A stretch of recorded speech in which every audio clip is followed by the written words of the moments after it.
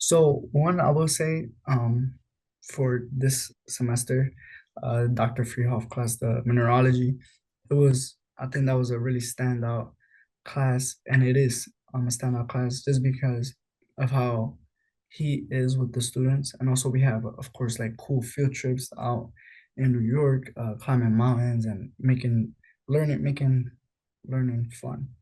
So that's definitely one of my top classes. But also like just in accordance with like my major itself, it is a requirement for us to go down to the Chickatee Bay Field Station out in Virginia.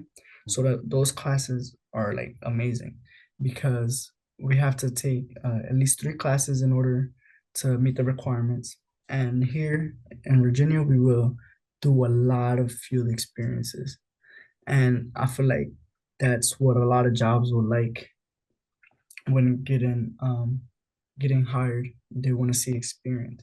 And it's really hard to find experience like coming straight out of college. So the fact that, and even some of our classes like marine geology had like a 2 day field trip down to Virginia.